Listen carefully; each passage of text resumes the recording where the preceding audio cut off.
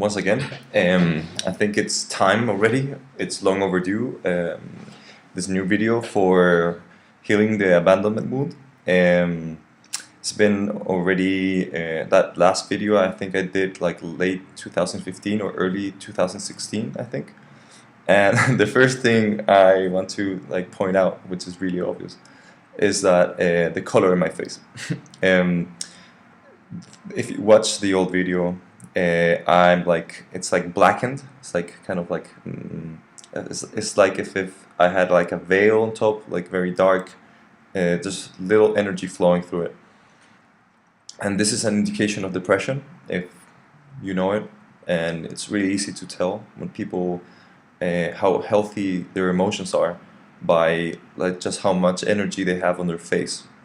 So this is like a quick way I have of seeing people in the street, being like healthy or unhealthy in the emotional wise spectrum. I dedicate to energy healings right now, so that's one of the things I do. It's one of the first like notices I get, like, oh, this guy's doing well, this person is not doing well at all, and that's the first thing. The second thing, which is I think more importantly, it's just I was making a point that now I've really healed a lot in all those years and doing a lot of things, different things. And this is like this testimonial video, which I think is so vitally important for people to hear, is that you can heal from this wounds, not only the abandonment wound, all sort of emotional wounds. Throughout that time, I developed different techniques. I read different perspectives about how to heal this wound, what to do with it, and basically, I think what is most important is that people like me, and I know there's many people like me out there which are very sensitive. We got, like, in a way, the short end of the stick because we were so sensitive that I was an indigo children, now an indigo adult, that we will absorb a lot of the trauma from our whole families, and this will go like for everything, like financial trauma, abandonment trauma, etc. Like we would like absorb all this family fight, it's everything that would go into our auric field, and we would just sponge it in, and it's kind of like a service you do in a way, and at the same time it's a disservice to yourself. And there's a thing called the martyr program, which is something that many people have nowadays. It's like you have past lives where you were a martyr, like not maybe in the religious sense, but a person which will go like die hard for certain spiritual ideologies, and that those programs get triggered when you kind of like are born, and you start like thinking, oh yeah, I'm a terrible person and I deserve the worst of the worst, and I deserve to get, it's not punishment, but it's like karmic retribution. So you start absorbing things which are actually not yours. So many things that I did to get to this point, which now I feel like absolutely amazing, in a way that it's not like I feel good every day, mostly every day. I do feel like sometimes like emotionally things going on, sadness or rage or whatever. It's very minimal, and it takes not too much time to process. I still have to process every day. I mean, it's something which is like it's inbuilt right now. I wouldn't be able to live without it, and frankly, I don't really understand how people go on with their day-to-day lives without really feeling what they're actually feeling, because emotions are a feedback mechanism of your body, which is like a machine, which is a very powerful machine, which you have to read, you have to feel, otherwise they get stuck. And if they get stuck, you get what I got years ago, which was this like meltdown, breakdown, which was absolutely necessary for me to reach this point of awareness. And it's all part of the spiritual journey. Many people go through it one way or another, and it's absolutely vital in your process. Maybe sometimes that tends to happen, the meltdown, when people tend to resist their emotions too much, which was happening to me.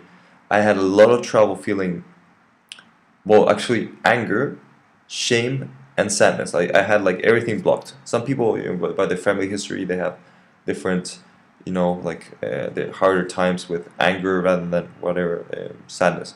But I had all the three of them blocked up. So it's an ongoing process, and every day I learn more about myself, about what it feels to feel, for example, shame, and to feel shame and to let go of shame, to let go, feel anger and let go of anger. So that's important, like the whole thing of like feeling your emotion, let yourself really go deep into it, but at the same time not like clinging to it. It's more like feeling it whilst letting it go, which is really something people don't really realize how much they cling to their emotions, like without releasing them. So another very important point, which I don't really find too many people speaking about this on the internet, is that the emotions and the trauma are kind of guarded by like dark beings and negative beings inside of us. So it's a kind of a multi-dimensional workout you must do. Like, it's not only finding the trauma. Sometimes the trauma doesn't move. You can identify, you can see it inside yourself, but it's not moving because there's like literally beings inside of you, or I wouldn't, well, it's like they're non-physical, it's like multi-dimensional beings trying to stop you. And even they can be past lives, so if yourself even doing this to yourself, it's very, I know it sounds weird, but trust me, I've dealt with a lot of this thing, because there's past lives that have a lot of power, like esoterically, much more than we do right now, and they don't like what we're doing, which is empowering ourselves. Because as soon as we empower ourselves, they lose their power, because they're not doing very positive things at that point in time. So when I see people with that dark blackened face, which my other video really expresses very well, is that they are possessed in a way. Maybe not church possessed, like the church possession is more like someone who really has a deep, like, auric wound, and the beings got really into his mind and they're like controlling part of his mind. Like, this is going on for everyone. Like, I am a healer and I run into this every day.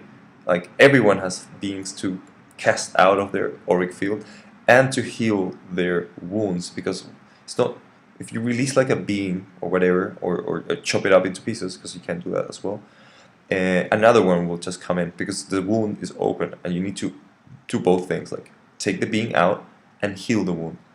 So I don't know if this is like, if everyone can do it. I know I'm pretty psychic, so it's not that hard to see the beings with my third eye.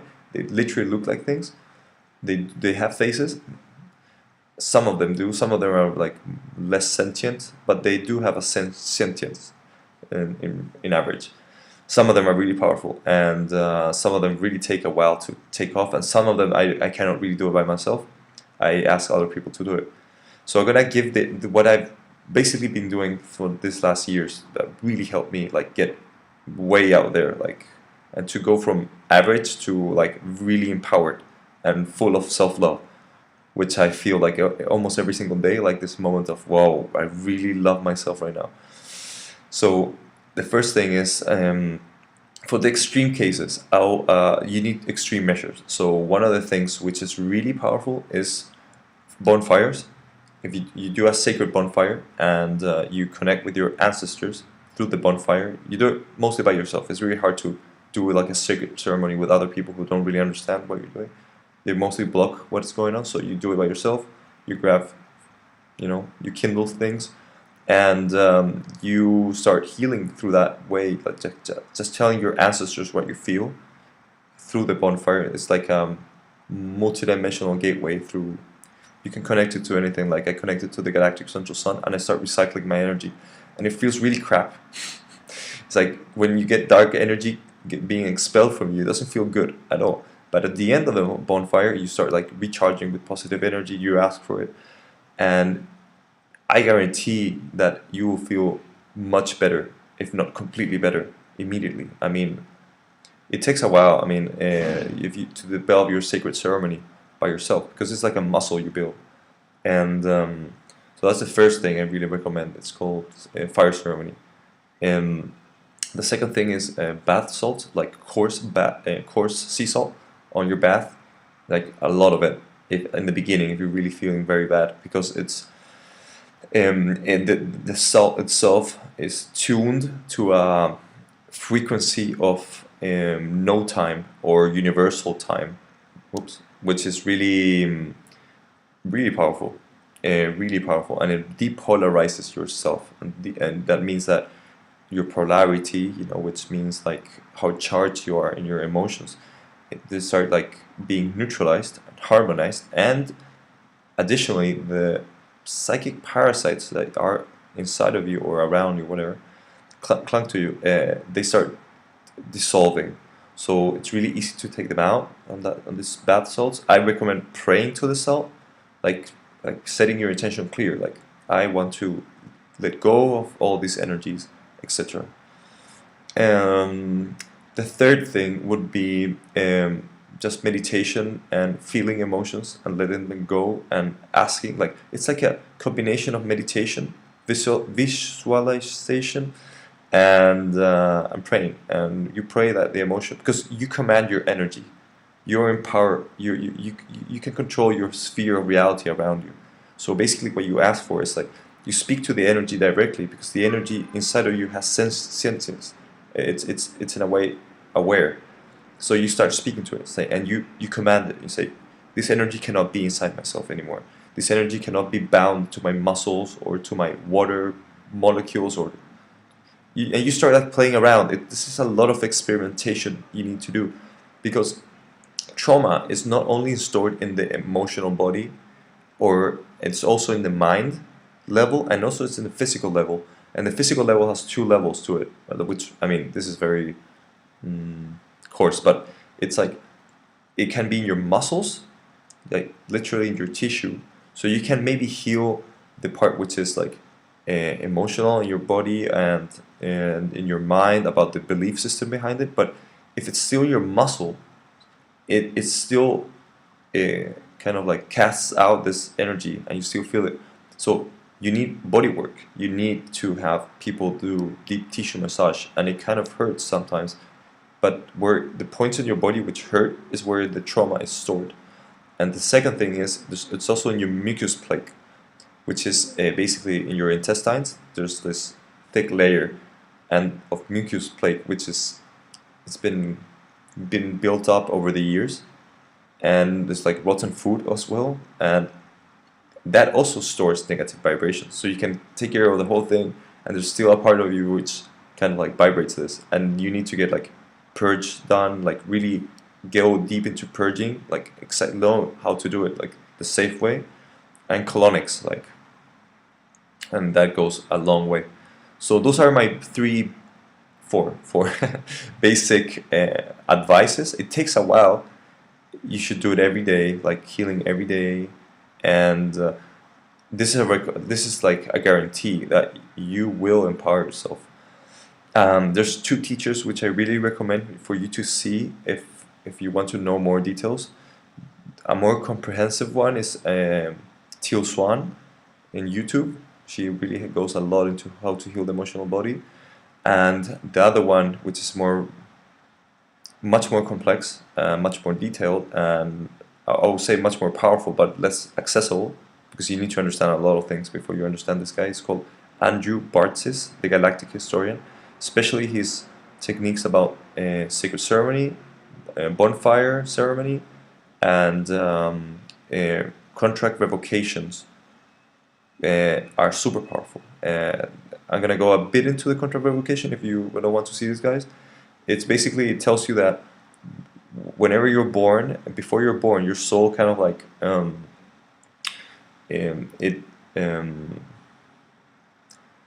it kind of like meditates what it wants to feel on this physical plane, and it feels it, and by feeling it out on the on the astral plane, it kind of gets like encoded into spiritual contracts, which are billions of them, like very like billions of them.